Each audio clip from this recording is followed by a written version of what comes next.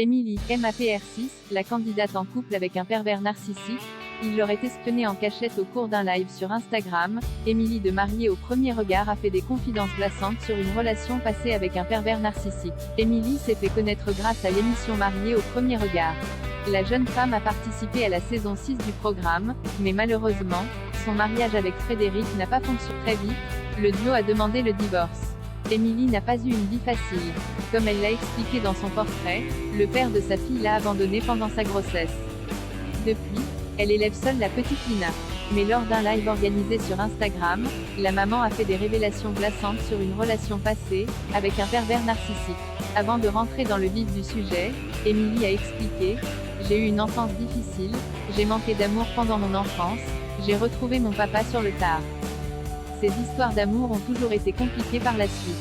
Cela l'a donc conduite à aller consulter un psychologue et à penser qu'elle avait un problème avec les hommes. C'est grâce aux professionnels qu'elle a pris conscience d'une toute autre réalité.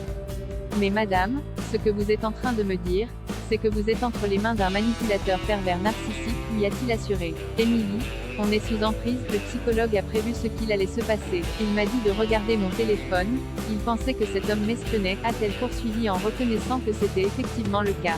Il recevait mes messages sur son téléphone, a-t-elle lâché. Si elle a tenté de le sauver, elle a réalisé que ce n'était pas possible. En vous faisant du mal, ça les galvanise, a-t-elle déploré. Émilie a alors tenu à faire passer un message à toutes ses victimes. Il n'y a pas de honte à avoir, c'est compliqué, on est sous emprise. Quand j'ai rencontré le géniteur de ma fille, j'ai eu l'impression que c'était l'homme de ma vie, c'était un peu un coup de foudre. Mais ça, c'est mauvais signe, a-t-elle reconnu. Même si la candidate de Mariée au premier regard est sortie de son emprise, son passé l'a hantée, elle redoute de refaire les mauvais choix.